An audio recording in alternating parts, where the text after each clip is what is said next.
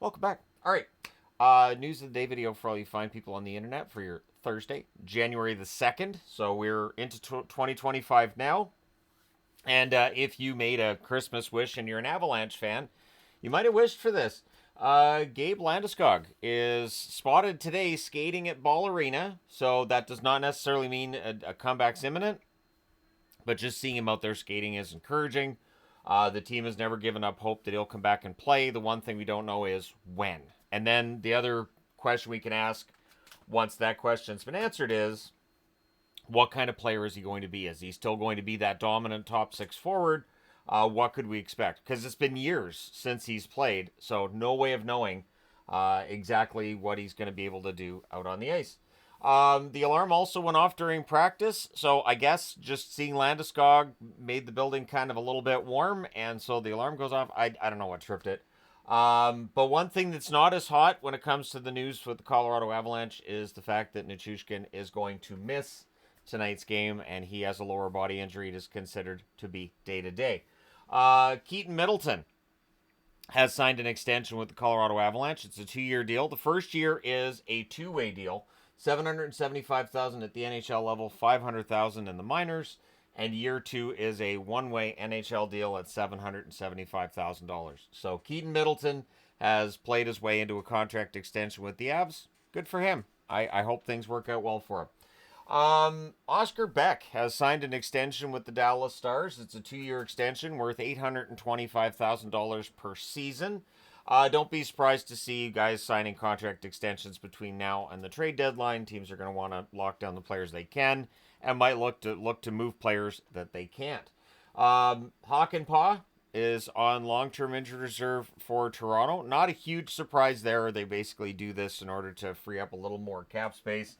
Matthews could return this weekend, but Matthews is kind of admitting this could be with him the rest of the season. He hopes to put it behind him, but this could be an all-season kind of thing with Austin Matthews. So we'll see how things go. He does say it's a full contact sport, so you never know what's going to aggravate things. And yeah, we'll see how long Matthews is out and what he looks like when he comes back into the lineup. And we probably won't know until the season's over what's going on with him. And if recent history means anything, we may not even know then. They may not tell us anything at that point either. So we'll see. So MSG viewers in that region in New York, depending on who your cable provider is, you may not have access to MSG networks. But if you're affected by this, you already know. So I'm just going to go ahead and throw this out there. Optimum has dropped MSG networks. This affects broadcasts of the Knicks, the Rangers, the Islanders, and the Devils. So that is 3 hockey teams and 1 basketball team, of course. See, I know other sports. And the cable packages the cable package that included MSG networks on Optimum had increased by 70%. And so MSG networks, Optimum arguing over price points and all these other fees and everything, and stuck in the middle are the fans who have lost access. So they are being told, these fans are being told, here's how you can switch your provider. Here's where else you can get access to these games. But it's a giant pain for fans either way. So hopefully for affected fans in the New York area, this gets cleared up quickly. MSG has some of the best broadcasts of hockey. Just no nonsense, very much. I'm not going to say bare bones because they still use all the graphics, but it does feel like there's less flash and dash on the screen than you get with some other teams, which I appreciate. It does feel more towards the old school side than some of the U.S. broadcasts we've seen. So let me know your thoughts on that. Reichel is a healthy scratch for the Chicago Blackhawks. They're trying to get Colton Dach into the lineup. They're also looking to get something more out of said lineup. So they want to shake things up. The Chicago Blackhawks, of course, have been at the bottom of the NHL for most of this season and trying to prove that their GM is right, that they're not the worst team in the league is the goal.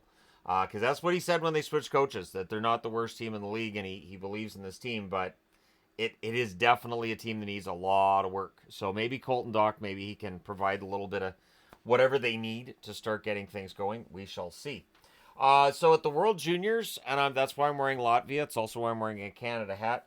Latvia, because I always root for the underdog. And it's interesting, too, because, when I did my top 10 list of top 10 things of this year, um, he doesn't pick Latvia because he loves Canada. I think Latvia is excellent.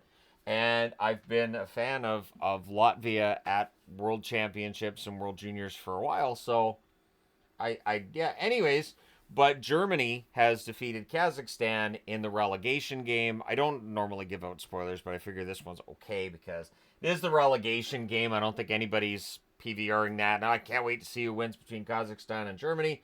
It's just Germany's power play ends up being too much for the Kazakhs. And so Kazakhstan gets dropped down a level lower. Germany stays in the tournament to fight the good fight again next season. Sam Ersson, lower body injury for him with the Flyers. He's considered day to day, so Kolosov gets the start in Las Vegas. Varlamov is skating for the New York Islanders. This is the first time he's done so since his injury on November the 29th. The New York Islanders with Hogberg and Sorokin, it means that Sorokin's going to play a ton of games. The sooner Varlamov comes back, the better I think it is for Sorokin. And if you're curious about waiver wire news, well, Dakota Mermis is on waivers today. Utah placing him on waivers. And if you respond to that with, I didn't know Mermis was in Utah, I wouldn't be entirely surprised. I think he's only played a couple of games. Definitely not a really prominent player, but Mermis should clear waivers and end up going down to the minors, I would think. Unless there's somebody out there who decides that on the blue line, he would be a good pickup and they take him from Utah. But I don't think so. But we'll see what happens. Let me know your thoughts in the comment section below. As always, don't forget to hit like and subscribe in the event you may not have done so already.